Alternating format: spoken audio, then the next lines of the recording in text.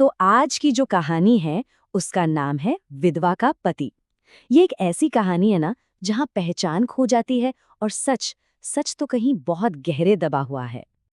अब जरा एक पल के लिए सोचिए कि अगर किसी की याददाश्त मतलब सब कुछ पूरी तरह से चला जाए तो वो इंसान आखिर भरोसा करेगा तो किस पर करेगा।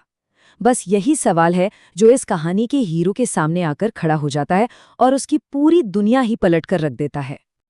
तो कहानी शुरू होती है एक ऐसे चेहरे से जिसकी अपनी कोई पहचान ही नहीं है। एक आदमी को होश तो आता है पर उसका बीता हुआ कल मानो एक कोरा कागज हो, कुछ भी याद नहीं। उसके पास हैं तो बस कुछ अजीब से सुराग जो एक ऐसी जिंदगी की तरफ इशारा कर रहे हैं जिसके बारे में उसे कुछ भी याद नहीं। और ये सुराग भी बड़े दिलचस्प हैं। देखिए, उसके पास से मिले हैं महंगे कपड़े, कलाई पर बंधी है एक बहुत कीमती घड़ी और जेब में एक हीरे का हार। लेकिन अजीब बात यह है कि कोई बटुआ नहीं, कोई पहचान पत्र नहीं, कुछ भी नहीं। तो ये चीजें बता तो रही हैं कि अतीत काफी अमीर रहा होगा, लेकिन वो है कौन, ये बिल्कुल एक राज है। तो सबसे बड़ा सवाल तो अब यही उठता है कि आखिर ये आदमी है कौन? कोई अमीर बिजनेसमैन या फिर कोई चोर या कोई और ही है?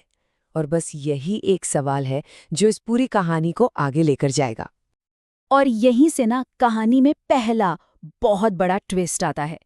सिकंदर या फिर जॉनी, दो बिल्कुल अलग अलग अतीत उसके सामने लाकर रख दिए जाते हैं और हर अतीत की अपनी एक कहानी है और हाँ, अपने छिपे हुए खतरे भी। चलिए जरा इन दोनों पहचानों पर नजर डालते हैं। एक तरफ उसे ये बताया जाता है कि वो सिकंदर है, एक बड़े बिजनेसमैन कादर अली का बेटा जो अपने परिवार के कारोबार में मदद करता था और जिसकी मंगेतर की 1 साल पहले मौत हो गई थी। और फिर दूसरी तरफ उसे बताया जाता है कि वो जॉनी है, एक खतरनाक चोर जिसका क्रिमिनल रिकॉर्ड है और जो बीना नाम की एक औरत के साथ रहता था। मतलब दो बिल्कुल ही अलग दुनियाएं हैं ना। लेकिन जैसे जैसे वक्त गुजरता है ना, उसके मन में शक पैदा होने लगता है। उसे पता चलता है कि जिन कपड़ों में वो मिला था उन पर जो दर्जी का टैग है वो सिकंदर के बाकी कपड़ों से मेल ही नहीं खाता। और सबसे अजीब बात तो यह है कि सिकंदर के इतने बड़े आलीशान घर में उससे मिलने कोई दोस्त नहीं आता, कोई रिश्तेदार नहीं आता, एकदम अकेला।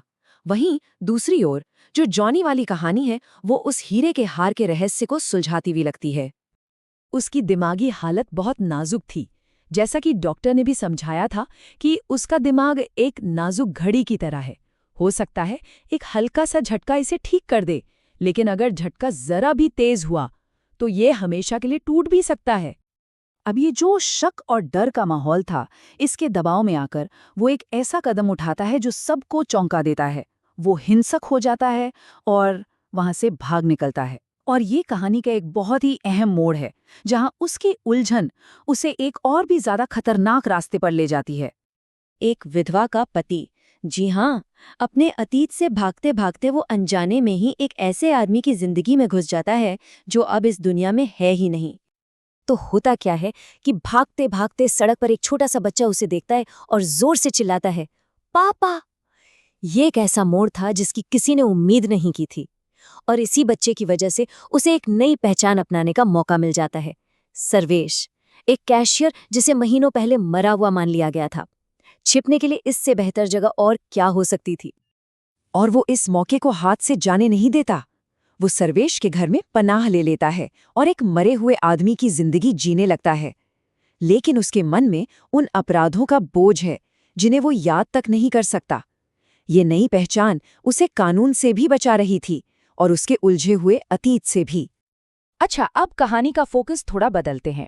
एक तरफ हमारा हीरो सर्वेश बनकर छिपा है और दूसरी तरफ पुलिस उस धोखे की पहली परत को उधेड़ना शुरू कर देती है जो उसके चारों तरफ बुनी गई थी। तो ये जो जॉनी वाली पूरी कहानी थी ना, वो एक सोची समझी साजिश थी। अब ये साजिश रची कैसे गई? देखिए, सबसे पहले तो परेश और माला नाम के दो क्रिमिनल्स ने अखबार में एक ऐड देखा, एक ऐसे आदमी के बारे में जिसकी याददाश्त चली गई है। फिर उन्होंने प्लान बनाया कि उसका भरोसा जीतेंगे और उसका इस्तेमाल करेंगे। इसके बाद माला उसकी बीवी बीना बनकर सामने आई और एक पूरी की पूरी झूठी कहानी गढ़ दी।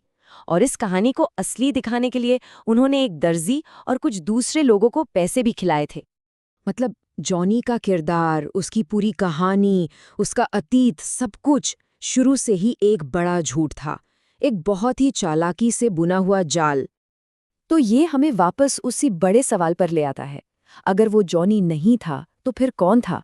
क्या वो सच में सिकंदर ही था या कहानी में कोई और भी पेज है? अब ये राज पहले से भी ज्यादा गहरा हो गया था। और अब हम आ पहुंचे हैं कहानी के क्लाइमैक्स पर। वो भयानक सच जो अतीत के पन्नों में दफन है, अब वो सच सामने आने वाला है जो सबकी दुनिया हिलाकर रख देगा। उसकी असली पहचान है सिकंदर। जी हाँ, कादर अली वाली कहानी सच थी। लेकिन ये सिर्फ आधा सच था। वो सिर्फ सिकंदर नहीं था, बल्कि वो एक बेहद क्रूर और कुख्यात क्राइम लॉर्ड भी था, शाही कोबरा। ये सच्चाई तो किसी ने सोची भी नहीं होगी। वो असल में मुगल महल नाम के होटल का मालिक था और होटल के नीचे एक खुफिया तहखाना था जहां से वो अपना पूरा क्राइम का साम्राज्य चलाता था। उसकी याददाश्त सच में गई थी, लेकिन उसके अंदर का जो हिंसक अपराधी था वो बस सोया हुआ था, मरा नहीं था। पर सबसे चौंकाने वाला और दुखद मोड़ तो अभी बाकी था। जरा इस टाइमलाइन को समझिए। 20 साल पहले कादिर अली के जुड़वा बेटे पैदा हुए थे, जिन्हें बचपन में ही अलग कर दिया गया। एक बना सिकंदर और दूसरा बना सर्वेश।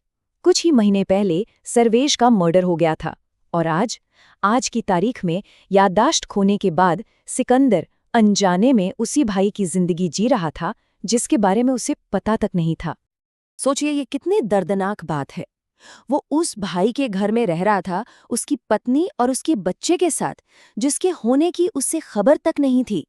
और सबसे बड़ी ट्रेजेडी तो ये है कि अनजाने में ही सही, वो अपने ही भाई की मौत की वजह बना था। और ये कहानी हमें एक आखिरी गहरे सवाल के साथ छोड़ जाती है। क्या कोई भी इंसान कभी अपने अतीत से भाग सकता है? या फिर हर राज, हर सच आखिरकार सामने आ ही जाता है, चाहे वो कितना भी भयानक क्यों न हो?